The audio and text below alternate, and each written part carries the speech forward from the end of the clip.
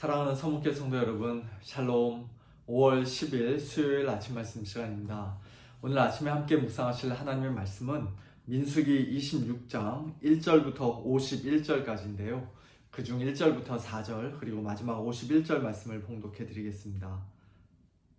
연병 후에 여호와께서 모세와 제사장 아론의 아들 엘르아살에게 말씀하여 이르시되 이스라엘 자손의 온 회중의 총수를 그들의 조상의 가문을 따라 조사하되 이스라엘 중에 20세 이상으로 능히 전쟁에 나갈 만한 모든 자를 계수하라 하시니 모세와 제사장 엘르아살이 여리고 맞은편 요단가 모압 평지에서 그들에게 전하여 이르되 여호와께서 애굽 땅에서 나온 모세와 이스라엘 자손에게 명령하신 대로 너희는 20세 이상 된 자를 계수하라 하니라.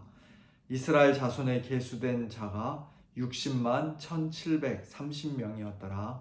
아멘. 민수기, 영어로는 넘버스라는 책의 제목에서도 우리가 알 수 있듯이 민수기 1장과 26장 두 번에 걸쳐서 기록된 이스라엘 백성의 인구조사는 마치 책 전체를 지탱하고 있는 두 개의 기둥과 같이 민수기에서 상당히 중요한 역할을 하고 있습니다.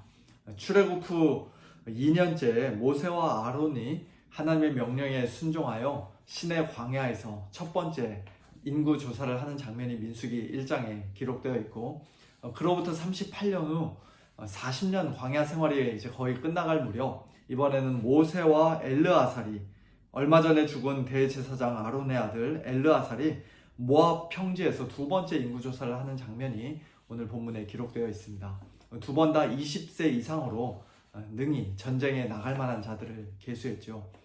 이스라엘 백성의 첫 번째 인구 조사 이후 곧바로 그들이 가나안 땅에 들어가지 못한 이유를 우리는 이미 잘 알고 있습니다. 민수기 13장과 14장에 기록되어 있는 가데스 바네아 사건 때문이었는데요.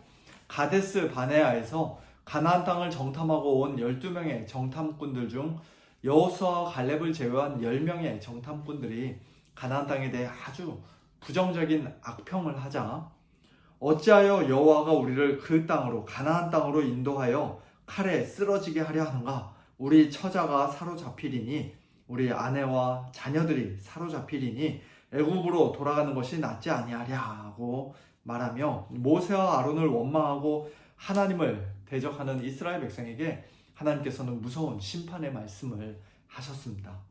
너희 말이 내 귀에 들린 대로 내가 너희에게 행하리니 너희 시체가 이 광야에 엎드러질 것이라. 너희 중에서 20세 이상으로서 계수된 자 곧 나를 원망한 자 전부가 여분네 아들 갈렙과 눈의 아들 여호수아 외에는 내가 맹세하여 너희에게 살게 하리라 한 땅에 결단코 들어가지 못하리라. 너희가 사로잡히겠다고 말하던 너희의 유아들은 내가 인도하여 드리리니 그들은 너희가 싫어하던 땅을 보려니와 너희의 시체는 이 광야에 엎드러질 것이요 너희의 자녀들은 너희 반역한 죄를 지고 너희의 시체가 광야에서 소멸되기까지 40년을 광야에서 방황하는 자가 되리라. 너희는 그 땅을 정탐한 날 수인 40일의 하루를 1년으로 쳐서 그 40년간 너희의 죄악을 담당할지니 너희는 그제서야 내가 싫어하면 어떻게 되는지를 알리라.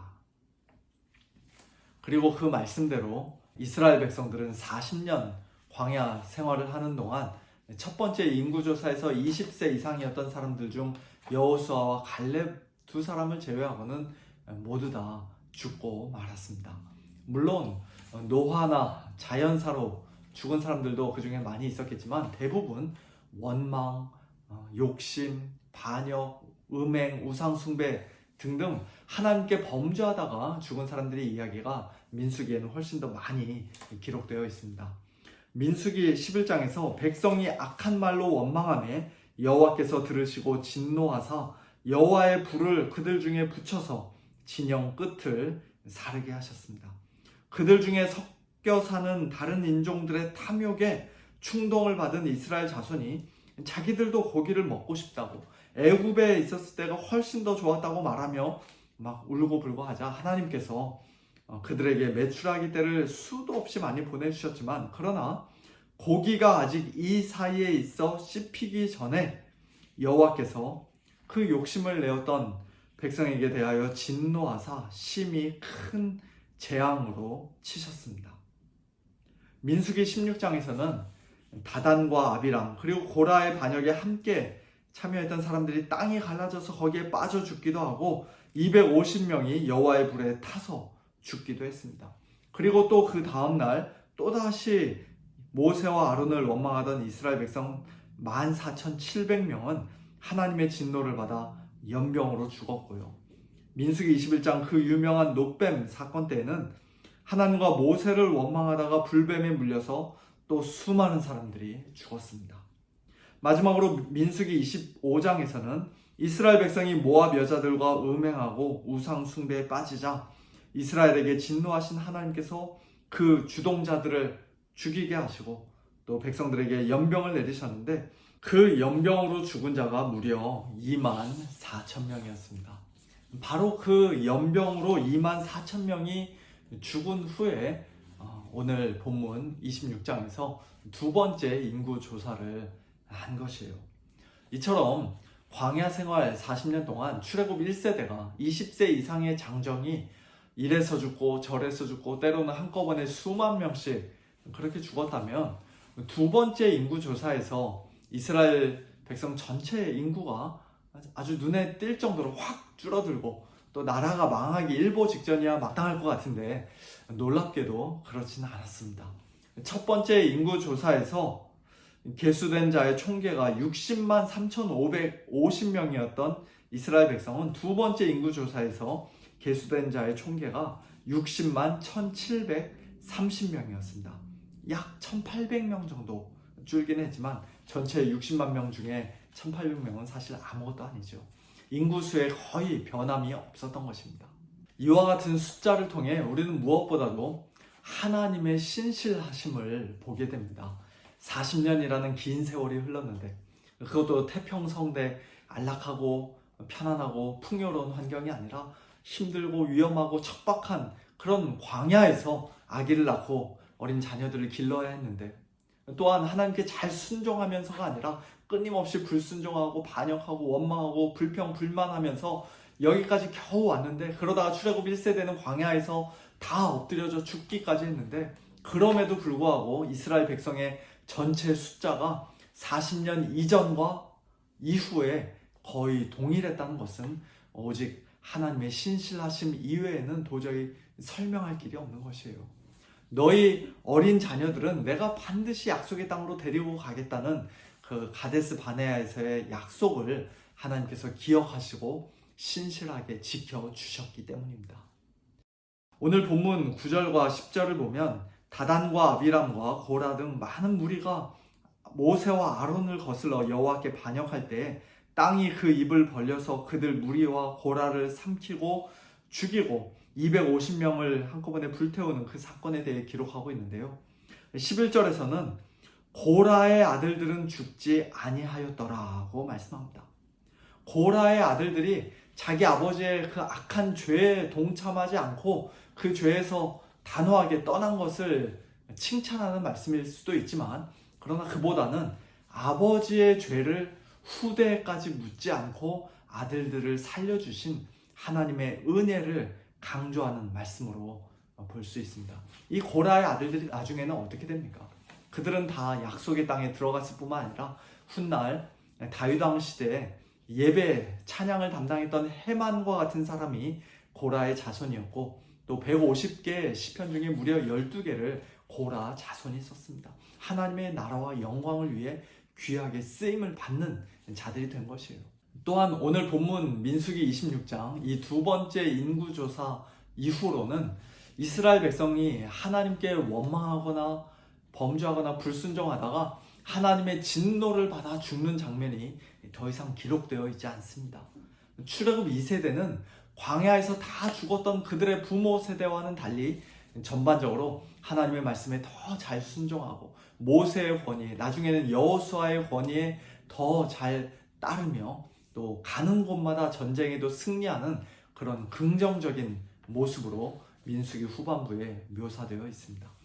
저는 다음 세대를 향한 하나님의 이와 같은 신실하심과 은혜가 오늘 우리에게도 우리 자녀들에게도 동일하게 있기를 소원합니다. 한국에는 요즘 주일학교가 이미 사라지고 없는 교회들이 굉장히 많이 있다는 그런 소식을 가끔씩 전해 듣는데요. 미국에 있는 우리 한인 교회들도 몇몇 큰 교회들을 제외하고는 대부분 주일학교와 교육부서가 굉장히 열악한 것이 참 안타까운 현실입니다. 우리 교회 역시도 마찬가지라고 할 수 있죠. 인간적으로 보면 몇 년 후, 몇십 년 후 교회의 모습이 당연히 걱정이 되고 염려가 될 수밖에 없습니다. 하지만 우리의 그와 같은 안타까운 현실이나 비관적인 전망보다 훨씬 더 크신 하나님의 은혜와 신실하심이 우리 자녀들과 함께, 우리의 다음 세대와 함께 하신다면, 비록 우리 이민 1세대가 출애굽 1세대처럼 하나님께 반역하다가 광야에서 다 죽는 그런 자들은 물론 아니지만, 어쨌든 우리의 다음 세대가 수적으로 뿐만 아니라 영적으로도, 신앙적으로도 우리 1세대보다, 부모 세대보다 더 부흥하고 더 성숙하여서 하나님께 귀하게 쓰임받는 하나님 나라의 용감한 군사들이 다 될 수 있을 줄로 믿습니다. 우리 성도님들 기도하실 때마다 우리 교회의 주일학교와 다음 세대를 위해, 아니 우리 교회뿐만 아니라 하나님 나라 전체 다음 세대를 위해 늘 기도해 주시고요. 또 주님의 몸된 교회가 예수님이 이 땅에 다시 오실 그 마지막 날까지 계속해서 존재하고 또 더욱더 말씀으로 흥왕하고 수적으로 영적으로 부흥할 수 있기를 위해 기도해 주시기를 바랍니다. 함께 기도하겠습니다. 하나님 아버지 감사합니다. 60만이 넘었던 출애굽 1세대가 광야 40년 동안 다 엎드러지고 세상을 떠나는 그와 같은 참 안타까운 현실 속에서도 하나님께서 약속하신 대로 어린 유아들을 이끄시고 또 다음 세대들을 계속 일으키셔서 또 다른 60만이 하나님 나라의 백성으로, 하나님 나라의 든든한 군사들로 또 세워지는 것을 오늘 말씀을 통해 확인하게 하시니 감사합니다.